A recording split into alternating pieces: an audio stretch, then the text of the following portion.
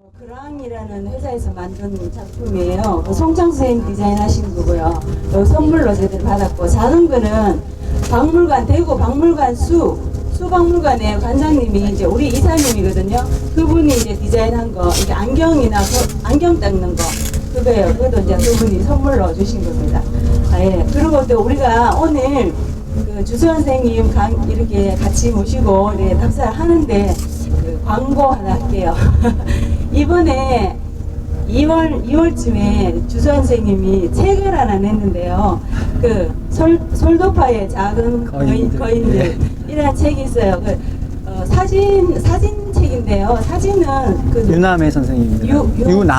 유남해 선생님이 그 뭐 몇십 년 동안 찍어서 모은 사진에 그 글을 이제 주수원 선생님이 쓰셨어요. 그 책을 봤으면 오늘 그 가이드 설명하실 때 그런 단어들이 중간중간에 좀 나왔거든요. 저는 이제 주수원 선생님 오신다 해서 그 책을 이제 형광펜 꺼가면서 쫙 읽고 왔으니까 훨씬 재미가 좋더라고요. 그 책이 28,000원? 인터넷에서 사면 25,000원 아마. 25,000원? 정가는 28,000원. 네, 정가는 28,000원. 25,000원. 주수원 선생님 이게 여러분들 책 한 권씩 사서 보시기 바랍니다. 광고였습니다. 박수 한번 칩시다. 예. 박수 좀 치네요. 박수 좀 치네요. 감사합니다. 그거다 뭐고 아그리빠. 그래. 그거는 이 동양인이 아닌 서양인이 동양인이 아니죠. 서양인이 아니죠. 서양인이 아니죠.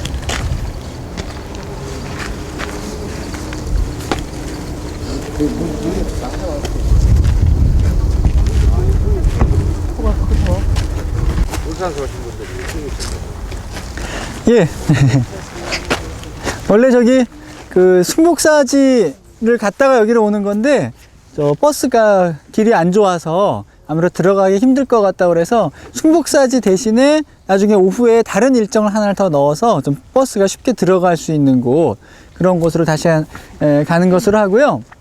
원래 이제 탑이 그 주된 저희 이 코스 일정이지만 이게 답사 안내서에 이제 신화에서 종교로라고 이제 말씀드렸던 것처럼 거기서 말하는 제가 말씀드렸던 신화라는 것은 주로 그 불교가 들어오면서 인도에서 신화적인 존재였던 것들이 어떻게 불교라는 그 종교 안에, 큰 틀 안에 습합이 돼서 하나의 도상으로 이렇게 확립이 되어 가는가, 이런 것들을 좀 보여드리고 싶었고, 그런 과정에서 인도의 문화가 어떻게 이제 우리나라에 전파됐는가 하는 그 과정 속에 마침 이 괴릉이 저희 그 코스에 있기 때문에 잠깐 들려서 좀 생각하고 가면 어떨까, 그래서 괴릉을 한번 넣어 봤었습니다. 그러니까 잘 보신 것처럼 이 무덤을 지키고 있는 이 원성왕릉이죠.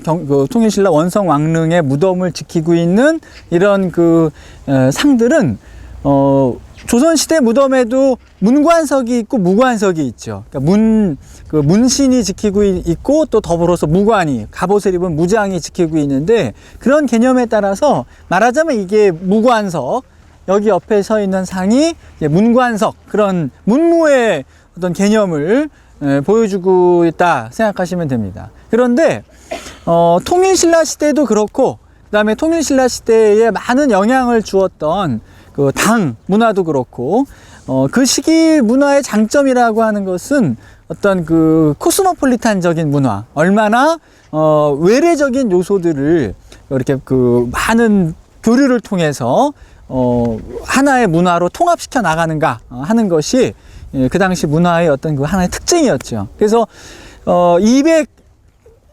200이나 두보, 가장 당나라 문화가 꽃피웠던 때 활동했던 시인들이었죠. 잘 이태백 말씀입니다. 그런 사람들의 시를 보면 이런 글들이 있거든요. 관청에서 이제 출근하지 않습니까? 열심히 일하다가 퇴근하고 나오면서 이제 술을 마시러 가야 되는데, 그 전까지 한번 막걸리집에 간 겁니다. 근데 처음으로 와인이나 마시러 가야 되겠다.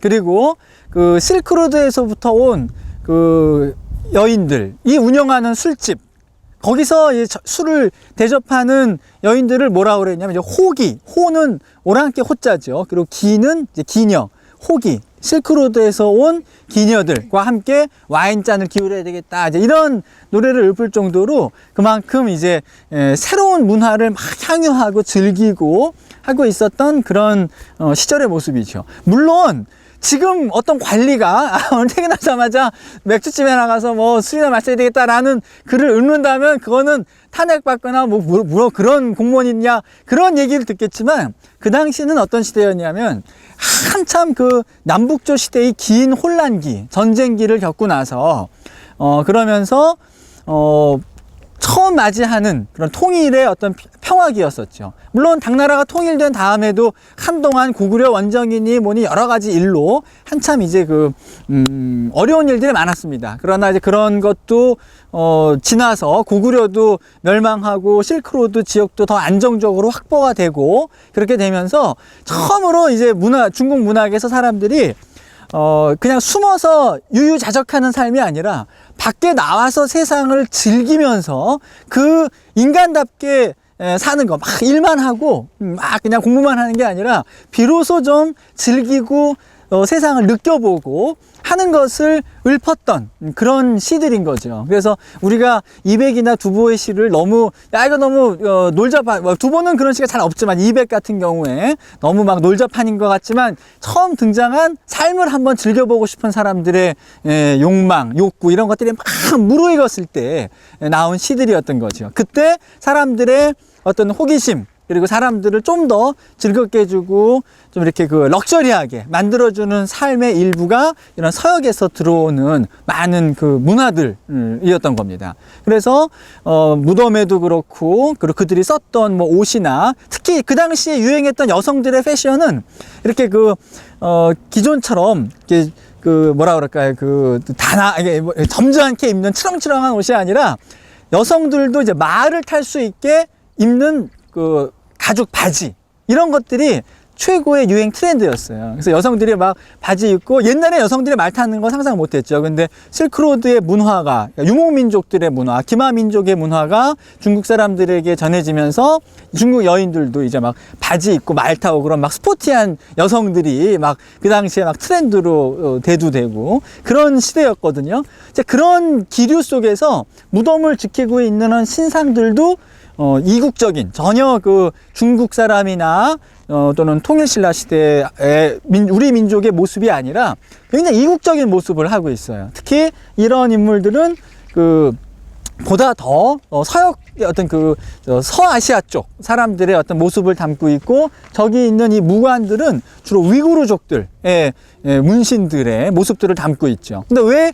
무관은 이런 보다 더 이런 서아시아 쪽인 사람이고 위구르 사람들은 왜 문신인가 생각해 보면 원래 이런 힘쓰는 사람 또는 역사라고 그러죠. 이런 역사를 서역 사람으로 표현하는 예는 훨씬 올라가서 고구려 고분벽화에서도 나타나고 있어요. 흔히 고구려 고분벽화 중에 씨름 장면 있지 않습니까?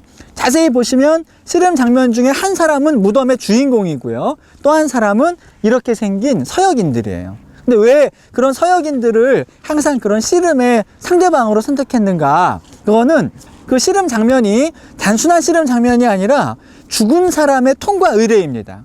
그 씨름을 통해서 이기고 극락세계나 천국으로 들어가는 관문을 통과하는 겁니다. 그래서 반드시 그런 천국으로 들어가는 문지기인 그런 역사를 넘어뜨리고 천국으로 들어가야 되는 거예요. 지금은 천국으로 가는 건 좋은 일을 많이 해야 들어가는 거였지만 옛날 사람들에게는 천국에 들어가는 것도 힘이 있어야 싸워서 자기 힘으로 극복해서 들어가는 개념이었어요. 근데 바로 그런 저승사자의 의미, 저 문지기 어떤 저승으로 들어가는 좋은 세계로 들어가는 문을 막고 있는 저승세계 사자의 이미지가 왜 서역인이었냐면 물론 이제 여러 가지 학자들의 추정입니다만 자, 사람이 죽으면 동쪽으로 갈까요? 서쪽으로 갈까요?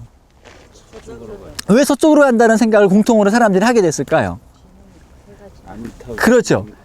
그리고 아미타 부처님이 서쪽에 있는 이유도 바로 말씀하신 것처럼 대부분의 사람들이 태양이 지는 것은 곧 죽음을 상징하는 것이었고 태어나는 생명은 동쪽에서 사라져가는 생명은 서쪽으로 라는 생각을 늘 사람들의 뇌리 속에 가지고 있었던 거죠. 그래서 가급적이면은 저 세상을 표현할 때는 뭔가 상상의 세계에서 서쪽의 세계를 만들다가 이제 그 상상의 세계인 서쪽으로 정말 사람들이 가게 된 거예요.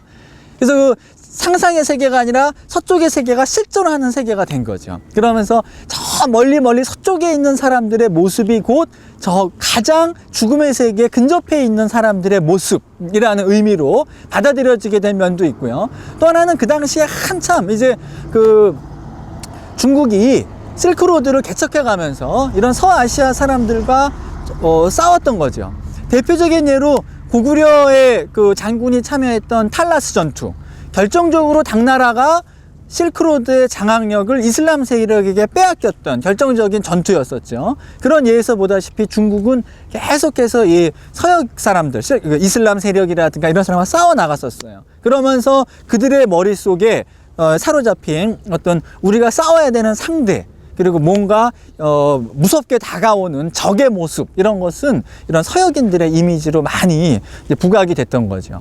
그 다음에 위구르인들이 문신으로 많이 표현되는 이유는 그런 실크로드를 장악하고 다스리고 또 코스모폴리탄적으로 막 확대해 나가는 과정에서 중국 사람들은 당시에 실크로드 지역의 정세를 잘 몰랐기 때문에 이런 위구르 사람들을 관리로 고용해서 많이 그 실질적인 그 말하자면 통치를 직접적인 통치를 해나갔던 거죠. 반면에 이런 위구르인들이나 소그드 사람들, 이런 소그드는 지금의 우즈베키스탄입니다. 우즈베키스탄 사람들은 주로 이 상권을, 실크로드에 상권을 형성하고 있었던 사람들이었어요. 근데 그런 사람들이 점차 장안에까지 들어와서 활동하다가 실질적으로 회계 업무, 그 다음에는 재무, 그리고 실질적인 그 외무 관련된 그런 부서에서 저런 위구르인들이 많이 이제 진출해서 근무를 하게 되는 거죠. 그러면서 이런 중국의 세계가, 즉 동아시아의 세계가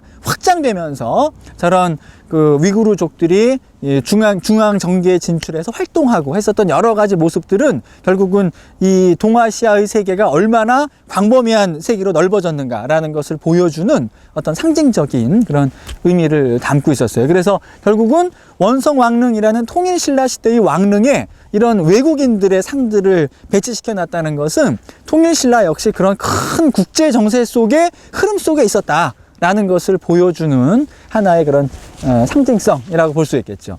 아까 여기서 그 곤봉 잘 말씀하셨어요. 곤봉 들고 있죠. 원래 이런 곤봉을 든, 그리고 수염이 어떻습니까? 이렇게 막 북실북실하게 많이 나 있죠. 저 형태는 원래는 이 그리스의 헤라클레스 상이 전해지다가 저런 형태로 이어지게 된 그런 모습이에요. 방금 아까 또 어떤 분이 꼭 우리나라의 그 금강 역사 같다라고 말씀하신 분도 있었어요. 바로 그렇게 금강 역사가 불교에서는 헤라클레스가 동아시아에 전파되면서 불교에서는 금강 역사로, 그리고 이런 일반적인 왕실 의례에서는 이런 그 무관석으로 등장하는 모습을 보게 되죠. 헤라클레스는 저런 곤봉을 들고 있었죠. 특히 그 사자를 헤라 여신의 시험을 받아서 뭐 사자도 잡아야 되고 뭐도 여러 가지 테스트를 겪게 되는데 그때 상처 없이 사자를 잡았어야 됐어요. 왜냐면 그 가죽이 굉장히 귀한 건데 상처를 막 내놓으면은 사자 가죽의 상품성이 떨어지니까 상처를 내지 않고 사자를 잡아라. 그게 그 맹수를 잡는 것도 힘든데 상처도 내지 말고 잡아오라니까 사실은 그 거의 잡다가 죽으라는 얘기나 마찬가지였는데 그것을 이제 지혜롭게 몽둥이로 때려잡아서 상처를 입히지 않고 이제 사자를 잡았다. 그래서 헤라클레스를 상징하는 무기가 저런 그 몽둥이죠. 근데 저 몽둥이가 불교에서는 뭘로 바뀌냐면 이제 그 금강저라고 하는 이 약간 그 각이 진 어떤 이 다이아몬드로 만들어진 몽둥이로 바뀌게 되는 거예요. 하지만 여기서는 원래 헤라클레스의 모습인 그 몽둥이 모습에 더 가까운 형태를 가지고 있죠. 그래서 이 자리에 보시면은 그런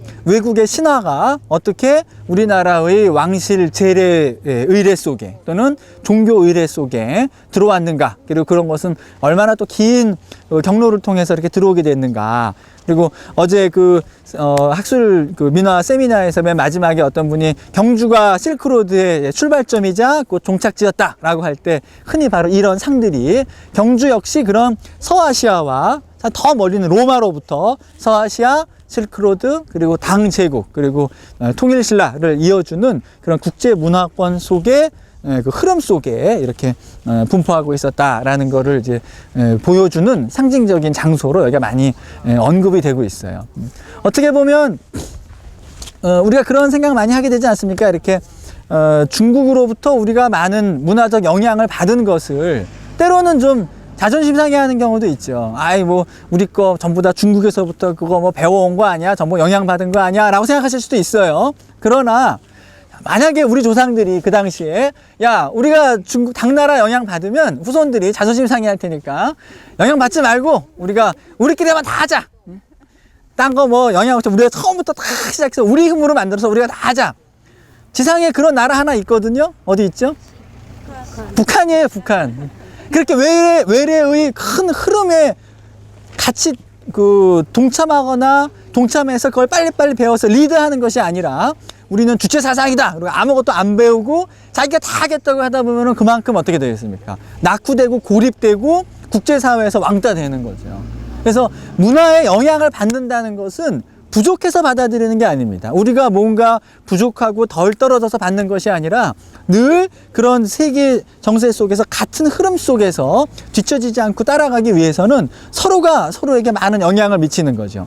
당 제국이 그렇게 강력할 수 있었던 이유도 자기 혼자 이룩한 것이 아니라 과거의 중화, 자기 것이 최고고, 그 아까 말씀드린 그 기마민족이나 유목민족들의 문화를 천시하던 거에서 통일을 통해서 큰 제국을 통해서 더 적극적으로 받아들이고 자기네들 스스로와 그걸 향유하면서 전혀 다른 세계로 눈을 뜨기 시작하면서 그런 그 역사상 중국 역사상 가장 화려했던 그런 문화를 꽃피울 수 있었던 것이죠. 그래서 문화의 영향이라는 것은 결코 부족해서 받아들이는 것이 아니라 그것은 오히려 빨리빨리 받아들여서 어떤 그 흐름에 같이 그 문화권에 있는 나라들이 동참해 나가는 하나의 과정으로 바라본다면 보다 더 새로운 의미에서 이런 현상들을 우리가 받아들일 수 있겠다 하는 것입니다. 자, 여기 상들을 한번 보시고 그 다음에 저 무덤을 한번 돌아보시면서 12지를 다시 한번 보시면서 설명 한번 더 드리겠습니다. 돌에서 따온 물입니다.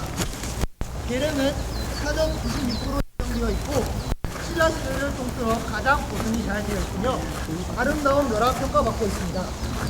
이 묘는 후에 고려, 조선시대 왕릉으로 본보기가 되었습니다. 고역을 하였고 한반도에 아예 물러 사는 사람들도 많았다고 합니다.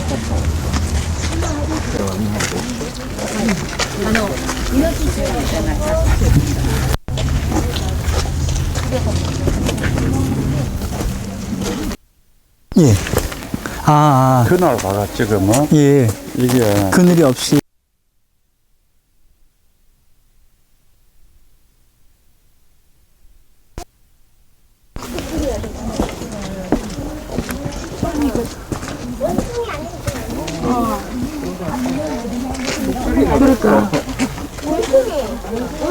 여기 있네 원숭이.